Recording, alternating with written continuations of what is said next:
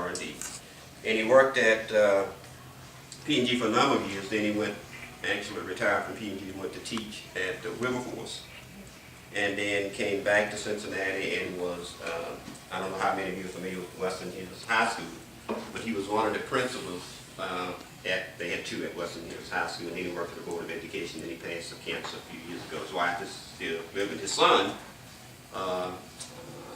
is on the Cincinnati Council. If you've heard of Smitherman's, the one that talks on the dial 700, he's often on that show, but he's a product of Tuskegee. And one of his sons actually went to Tuskegee for 2 semesters.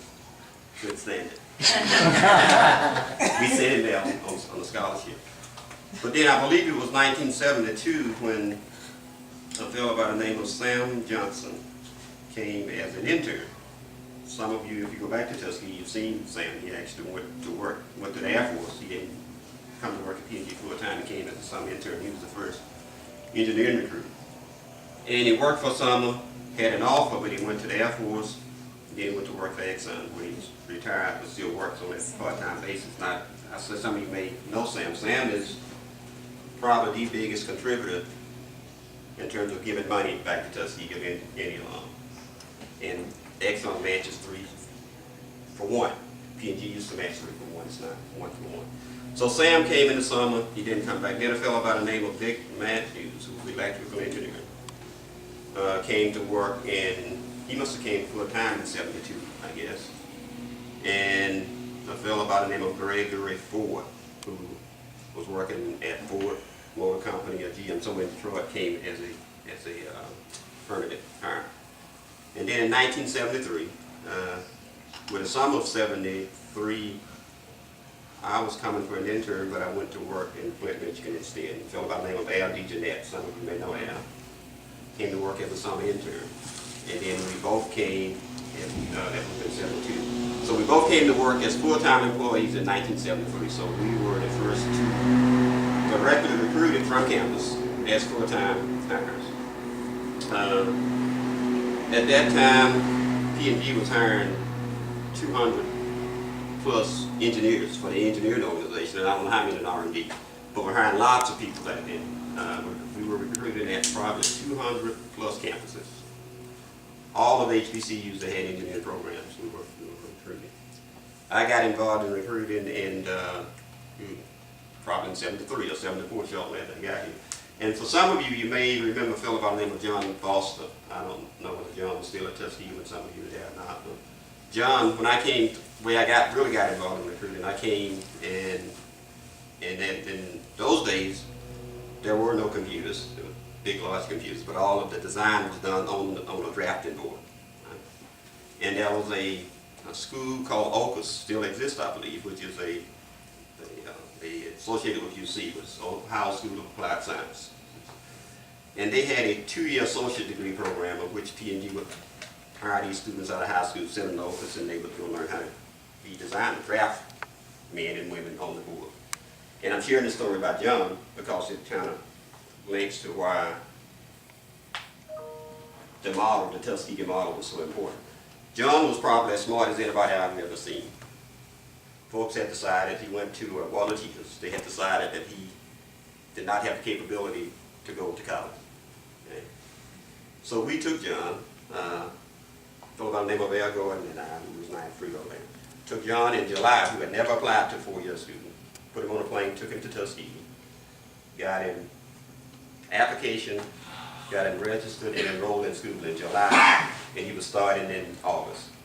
Well, John went on to finish Tuskegee with 4.0 in electrical engineering, went to Stanford University, right? And he tells the story about when he first got there, about how the study groups, all of them white, did not want him, or wouldn't let him be involved until after the first test. But John graduated with a PhD in electrical engineering, came back to Tuskegee, he actually went to work in somewhere in Maryland, came back to Tuskegee, was a faculty member there in electrical engineering, then went on to work as a department head at A&T and became the Dean of Engineering at Prairie View. Now this is a person who one of his councils had decided that he wasn't smart enough to go to college.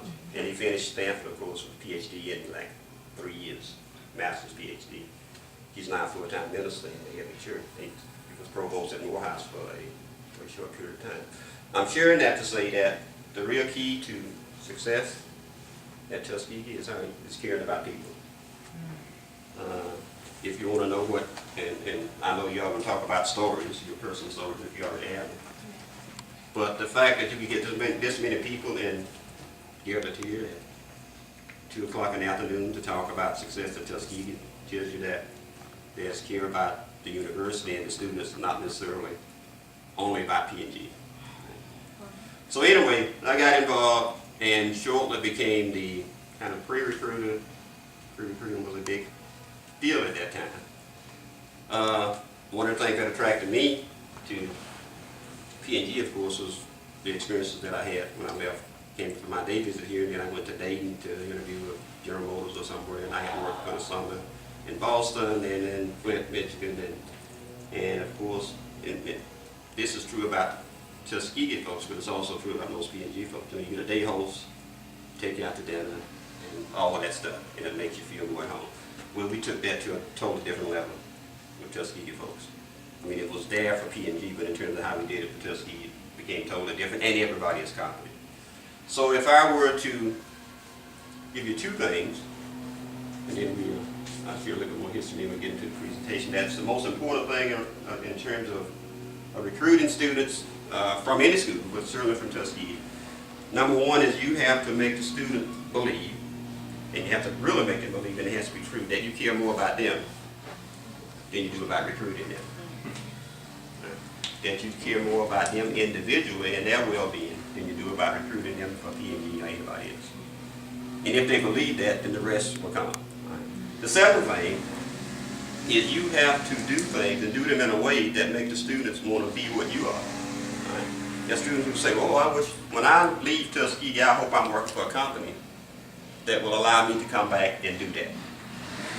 Now back in those days, we were the only company that was doing that.